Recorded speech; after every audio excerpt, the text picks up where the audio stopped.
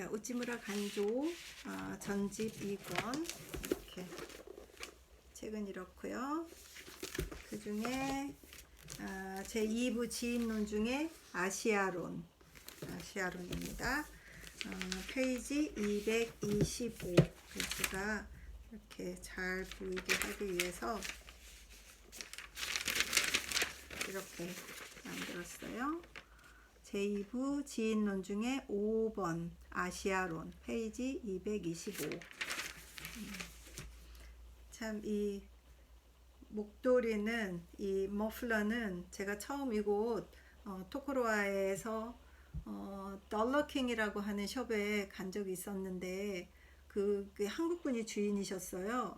그래서 그분이 반갑다면서 한국인이 별로 없는 이 시골에 만나서 반갑다면서 거기에서 파는 거를 주셨어요. 이게 감 나가는 것은 아니지만 그때 그 같은 한국인을 만나서 그분이 너무 반가워하셨던 모습이 생각나서 제가 이 스카프는 가끔 합니다.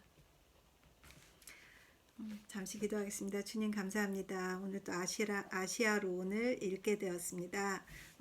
참 아시아에서 태어나서 아시아에서 살다가 또 이곳에 와서 살고 있습니다. 아시아에 대해서는 우찌무라 선생님이 어떻게 이해했을까 참 궁금해집니다. 읽는 동안 많은 깨달음을 주시고 지혜를 허락하여 주시옵소서. 감사드리고 예수님 이름으로 기도드립니다. 아멘. 늘 사랑하고 축복합니다. 아시아론, 인류의 기원.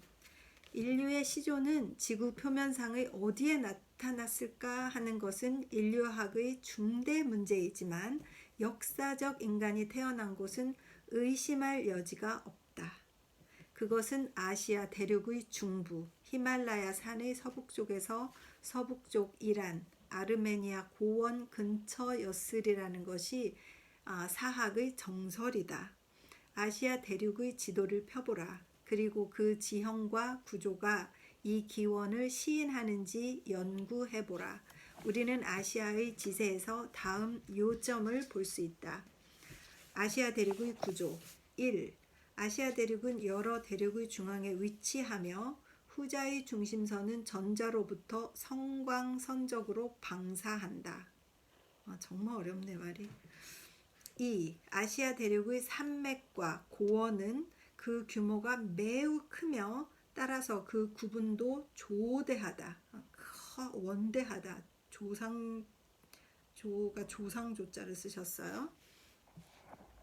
3. 산맥과 고원이 모인 곳은 중앙에서 조금 서쪽에 치우쳐서 중국의 서쪽 끝, 힌두스탄의 북쪽 귀퉁이의 파미르 고원이다. 4. 북위 50도 이남에 다음에 풍요한 수역들이 이 중심적의 동서남북에 거리를 두고 펼쳐져 있다. 동쪽은 태평양 수역 중국, 남 인도양 수역 인도, 북 아랄해 수역 투르키스탄, 서 페르시아만 수역 이집트. 5번 중앙점을 지나 남남서로부터 북북동을 향하여 일대 산맥이 대륙을 둘로 가르고 있다. 이것을 역사적으로 해석해보면 다음과 같다. 아시아 대륙의 천직. 1. 기원은 중심이란 뜻을 가진다. 그리고 사람은 육상의 동물이기 때문에 그 역사는 육지의 중심점에서 시작되기 마련이다. 2. 인류의 유년기의 발달은 광대한 고원에서 뛰노는 데서 이루어진다.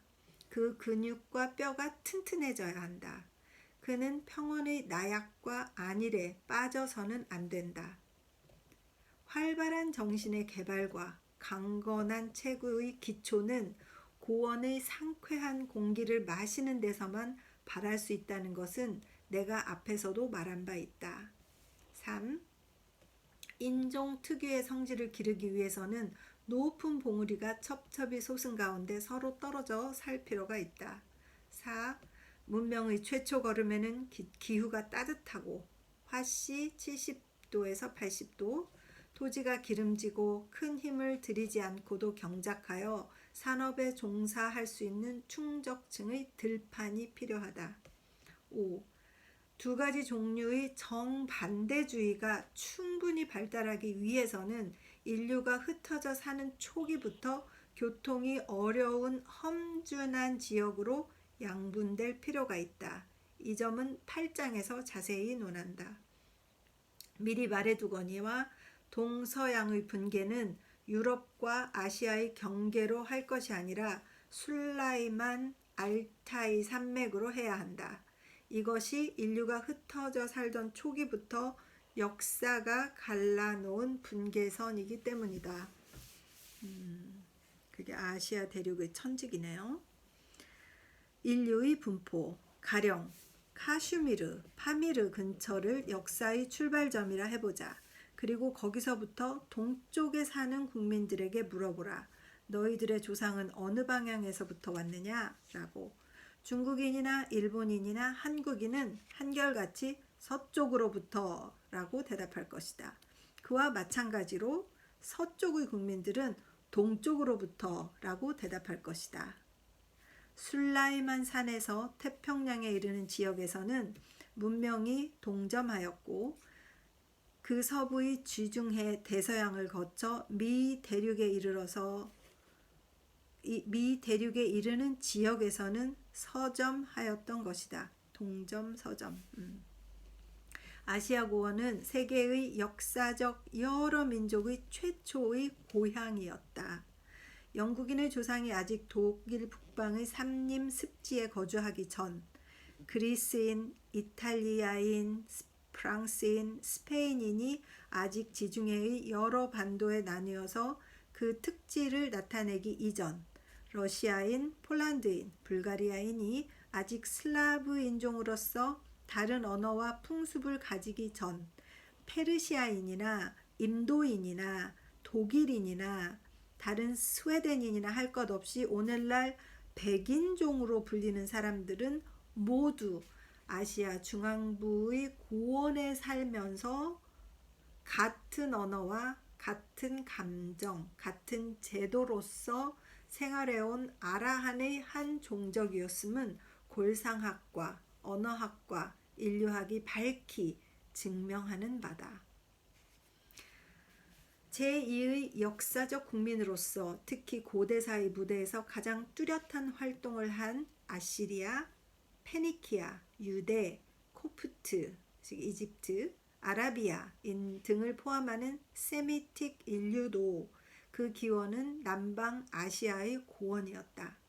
오늘날의 소위 아라랏 산이 실은 노아의 방주가 머물렀던 곳이 아니라 하더라도 세미틱 조상이 티그리스, 유프라데스의 수원 가까운 곳에서 태어난 것만은 의심할 여지가 없다. 제3의 역사적 인종으로서 동해는 중국인, 일본인, 서해는 유럽 백인종 사이에 굳건한 국민의 기틀을 마련한 헝가리인, 라플란드인, 바스크인, 터키인 등으로 갈라진 인종을 통틀어 튜란 인종이라 부른다. 그리고 그 기원이 지금의 러시아 영토 토르키스탄 동쪽 오크사스, 아크제르테스의 자매강이 천산 산맥의 꼭대기에 쌓인 흰 눈으로 양육되었던 부근이었던 것도 역사적 고찰의 결과 부정할 수 없는 사실이다. 인종의 구분은 파미르 고원의 삼면에서 이루어진 듯하다. 그 북쪽에 있었던 인종은 투라니안 곧 몽고 인종으로 동서로 나뉘고 그 남쪽에 있었던 인종은 혹은 남하하여 데칸반도를 차지하고 혹은 서로 향하여 이란 고원에서 유목을 하고 나아가서는 흑해의 서남을 개척하여 드디어 야반 제도와 그리스 반도에 침입하였다. 그리고 이미 아르메니아 고원, 반, 우르미 호반에서 어여시 한 종족을 이룬 세미틱 인종은 혹은 남향하여 페르시아만으로 이주하고 혹은 서향하여 지중해 서안을 점령하기도 하였다. 그리하여 인류가 처음으로 역사적 페이지에 나타난 때는 이미 동서양의 구별이 확연해지고 그 서반부는 이미 국민 경쟁이 벌어져서 인종 간의 알력이 시작되었던 시기였다. 우리는 이제 파미르 고원 서류의 뒤를 쫓아 그 성장과 발달을 더듬어 봐야겠다. 동부로 간 백성들은 그들의 특수한 역사를 가지고 있으므로 이것은 별개의 문제로 연구할 필요가 있다. 서방아시아. 서방아시아는 그 면적이 280만 마일가량 되며 유럽 대륙에서 러시아를 제외한 것과 맞먹는다. 그런데 그 지세는 고지와 저지의 2부로 나눌 수 있을 따름이다.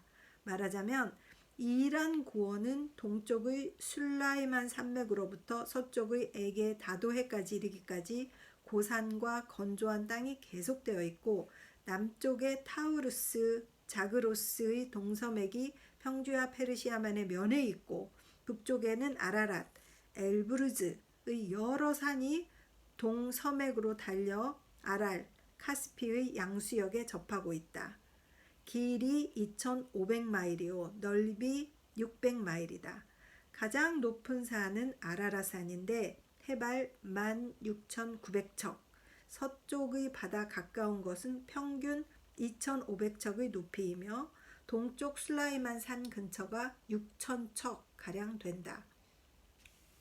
아라랏의 고지대는 전 고원을 2분하는 곳이며 평균 높이는 5,000척이다.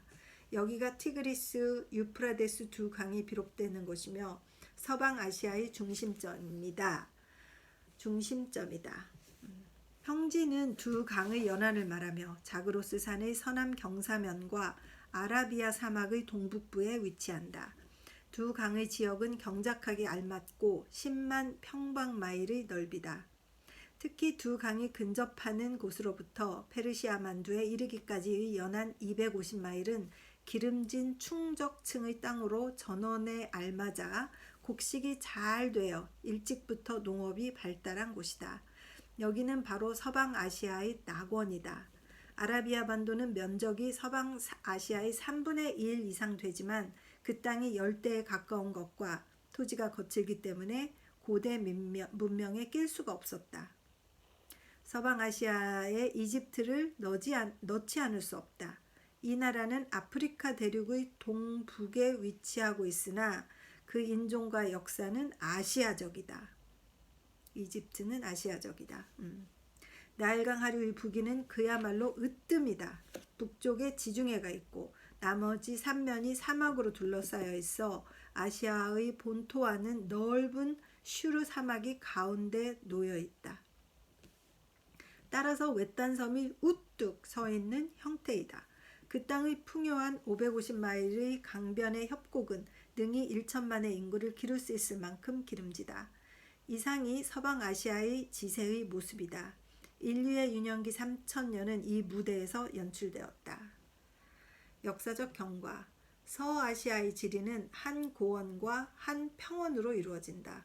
건전한 국가는 산으로만 이루어지지 않고 또 평원만으로도 이루어지지 않는다. 이리하여 서아시아의 지리는 유일 대국이 존재하는 것을 허용할 뿐이다. 다시 말하면 양대 강의 연안을 얻은 자는 당시의 전 세계를 얻은 것과 마찬가지여서 이에 맞서 힘의 균형을 이루는 존재는 달리 없었다. 그러므로 이 땅에서 76제국이 연달아 일어났고 문명을 한 걸음씩 전진시키고는 사라져갔다. 이집트는 나일강 하류의 충적층에서 일어났다. 그 땅이 기름지고 경작하기 쉽고 수확이 정확했던 것과 사방이 요새지였던 탓으로 지능이 아직 크게 발달하지 못하고 경험이 적었던 인류의 개발기에 있어서 문명이 고속도로 발전할 수 있었다. 경작과 관계의 방법, 조각과 건축의 기술은 오늘날도 무시하지 못한다. 특히 토목공사에 이르러서는 오늘의 사람들도 미치지 못할 만큼 장한 기술을 가지고 있었다. 나일강은 전국을 꿰뚫은 통로를 열었고 지중해는 신문명을 서방 여러 나라에 전파했다. 기원전 1400년경 이집트의 세력이 가장 커서 아시리아를 쳐들어가 서방아시아를 삼켰으므로 당시의 개발국은 모두 이집트 문화의 혜택을 받았다. 칼데아국은 티그리스, 유프라데스 양대 강 사이에서 일어났는데 그 지리학상 위치와 편리가 이집트 못지 않았으므로 여기에서도 또한 새 문명이 싹텄다. 순수 문학은 칼데아인에게서 처음 시작된 듯하다. 기원전 4000년의 옛날에 이미 아가데의 유명한 서고가 있었다. 도량법도 이때 시작되었다. 쾌청한 그곳 기상은 일찍부터 천체의 관측을 가능케 했고 유성의 운행과 1월의 이전에 관한 그들의 기사는 지금도 천문학자의 참고가 될 만큼 과학적인 가치가 있다. 그들의 조각은 이집트인보다 더 정교했다. 또 그들의 제조법도 매우 발달했다. 그들의 상선은 양대강을 내려가 페르시아만에 이르렀다. 그들의 세력은 양대강 수역을 전체를 뒤덮었고 당시 문명국은 모두 칼데아국의 지배하에 있었다. 칼데아는 역사상 제2의 세계 왕국이었다. 아시리아 이집트와 칼데아로 말미암아 개발된 문명은 기원전 700년경에 이르러 제3, 제4의 세계 왕국인 전후 두 차례의 아시리아에게 인계되었다. 그 전성기에는 이란 고원의 서반과 양대강의 수역, 이집트의 전부와 아라비아의 북부가 모두 이 세계 왕국에 속해 있었다. 그 국왕은 또한 미술과 문학의 좋은 후원자였다. 칼데아의 공예와 미술은 개량되었다. 장대한 궁전과 전당이 세워졌다.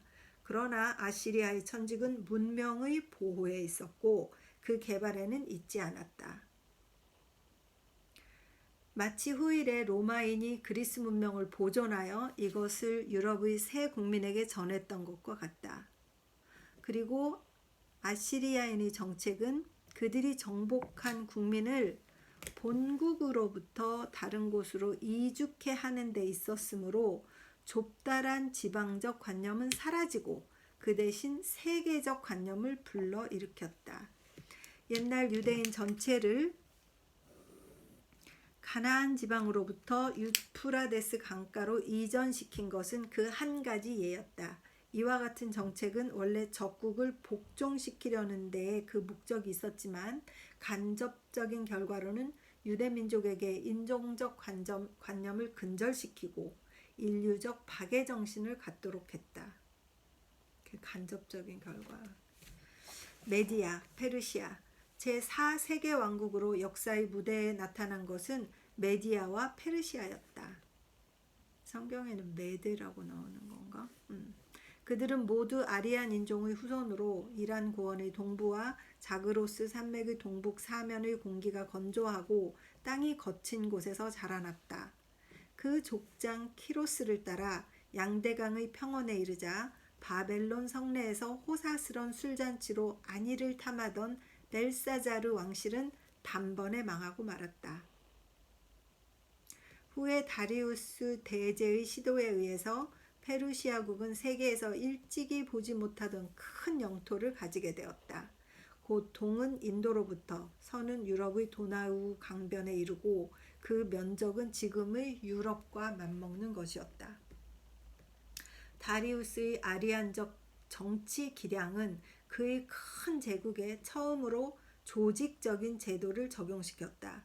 일종의 군현 제도로서 전국을 23득으로 나누어 무권과 문권을 구분하고 법령을 내려 왕 자신도 이에 따르는 제도를 정하였다. 여기서 비로소 세계의 법이라는 것이 실시되었다. 권리의 관념을 인류에게 도입한 것은 바로 페르시아인이었다. 알렉산더의 왕국, 페르시아가 망하고 제7의 세계 주인으로 알렉산더가 일어났다. 그는 아시리아인이 나일강과 양대강의 두 문명을 혼합했던 것과 같이 유럽을 아시아에 소개하고 아시아를 유럽에 수입하였다. 발견형의 국민이 있고 개량형의 국민이 있고 또 소개형의 국민이 있다. 알렉산더의 사업은 소개형의 성격을 띈 것이었다. 문명 초기에 있어서의 인간의 특성. 문명이 눈뜨던 시대에는 한 나라의 개선과 진보가 한 지방의 전유물이 되어서는 안 되었다. 그런데